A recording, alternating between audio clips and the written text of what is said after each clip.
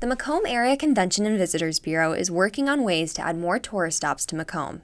One thing they've implemented is a Looking for Lincoln self-guided tour. The tour has 13 stops, and each stop has a QR code which leads you to a video about that spot.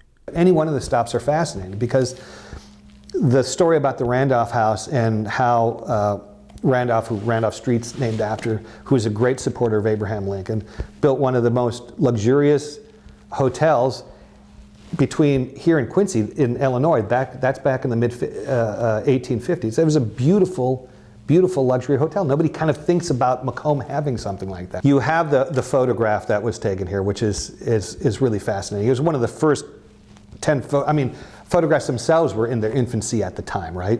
If you go out to the archives and actually see the book that Lincoln signed, that's a fascinating place to go. Our cemetery, which most people don't know, the Oakwood Cemetery, which is on the stop, is so rich with history.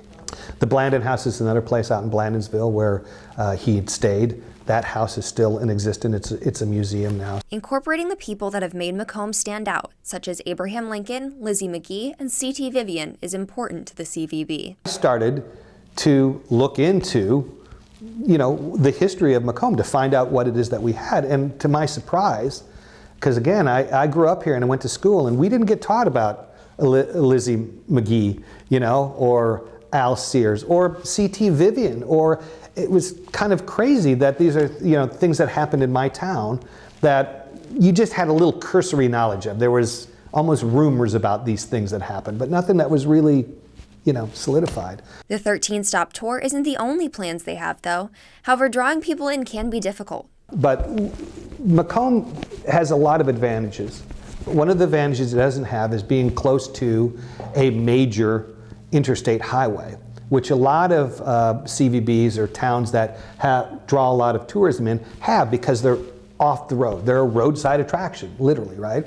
So we have to design these things like this large, 15-foot high Lincoln head that's like a chia head, basically. Or the largest Monopoly board to make people go, hey, this is worth the trip. We got to get a little bit off the beaten path to get there. In Macomb, reporting for News 3, I'm Lindsay Mock.